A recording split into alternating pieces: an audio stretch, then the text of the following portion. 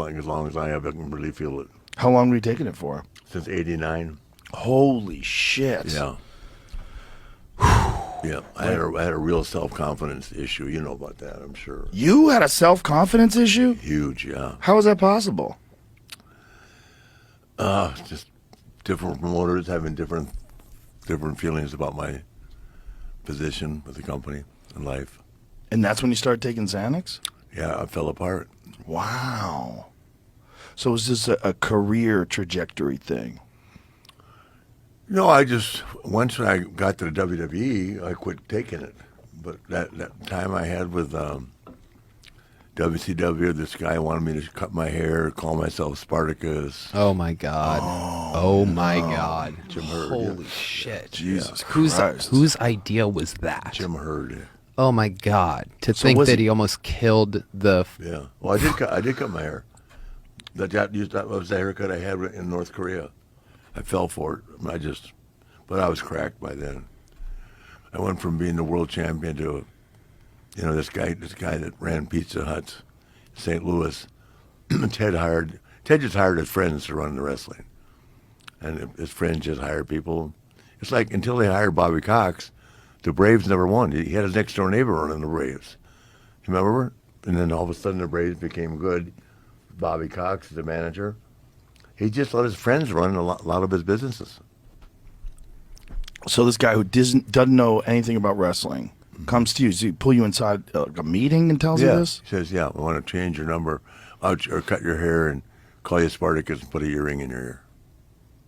So what do you say to this? I was in shock. I went home and had an anxiety. I didn't know what anxiety was, and I had one. Wow. Isn't that crazy that just some fucking idiot can ruin your life like that? Mm-hmm. And like with that, you drop. I'm sure the suggestion was to drop everything that you had at that point, except for your physical moves in the ring. But like your promo. No, nothing about that. Just the name. name. Know it. He just wanted Ric Flair. That's NWA. We're WCW now. Oh, wow. What year was this? Well, 90, 91. Jesus Christ. Because I finally left. And you're 2 years away from that moment. Yeah. Wow. Mm-hmm. I just had some of the best matches of my career in '89 with Steamboat, remember? Chi-Town Rumble, yeah. Oh, yeah. So this freaks you out, and then how does the Xanax start? You go to a doctor? Like, how do you get on that? Believe it or not, my wife gave it to me. And over the years, I've thought about what the hell was she taking Xanax for? A lot of people take that shit. Yeah, and I don't know what, I didn't. I thought, she was sitting in a stairway case in a big house we had, and I was going, God, I was just lost. And she goes, what are you doing? I said, I'm just feeling anxious, if that's even a word, right? And if that's the word for it. She said, take this. I took it, felt normal. I said, what is that? She said, it's Xanax. And I never even thought to ask her why she was taking it. Yeah, there's so many people on that shit. Yeah. They were explaining it to me last night. They were saying that, like, if you got all these problems and stress and all these things are fucking with you, take it, it just melts away. Yeah. It doesn't melt away, but it just gives you time to sleep. I just take it to sleep with, but I don't anymore. I got off it completely, then I got back on, and then now that I've been with Chad and Mike and all that, they're accessible to me all the time. Plus, my own line, we dropped my own line in Florida and all the Ric Flair drip. So how long did it take you to get off the Xanax, and how'd you do it?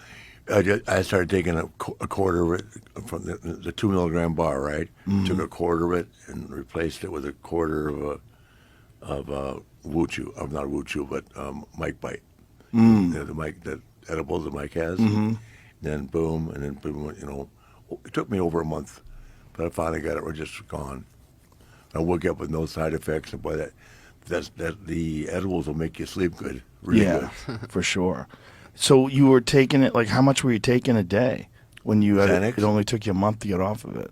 Because I know a lot of, like, Joey took him 6 months. No, I just before he felt normal. I took. It just took me a month, maybe 5 weeks.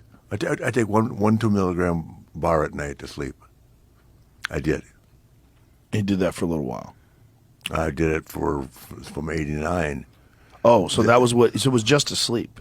Just to sleep. Yeah, I don't take it during the day. Oh. Yeah, Well, but maybe it, that's that what would saved it would you. last me enough, you know. And then when I had bad anxiety, I might have taken something during the day a couple of times. But I mean, I've gotten in the ring and had to wrestle a match where I couldn't feel my hands from my anxiety. Really? Yeah, it was that bad. That's so crazy because if anybody saw you and saw your I persona, know. they would never imagine in a million years that confidence is ever a problem. Well, you know, they have shows like this where you can be honest about yourself. You know, I'm not perfect. I took Xanax, but I lost my self-confidence twice really bad in life. Well, it's great that you're confident enough and honest enough to tell people about that because I'm sure there's a lot of people out there that would imagine that a guy like you never feels any self-doubt. Oh, no, I felt a lot of self-doubt. And then, I mean, I've had a lot of help coming back. Vince has always been there for me. Like, say, what the hell's wrong with you? You know what I mean? And Hunter was there. Hunter would say, the only one that doesn't know who Ric Flair is you. I know, but when you lose it, it's hard to get it back once you lose your self-confidence. Yeah, I can imagine.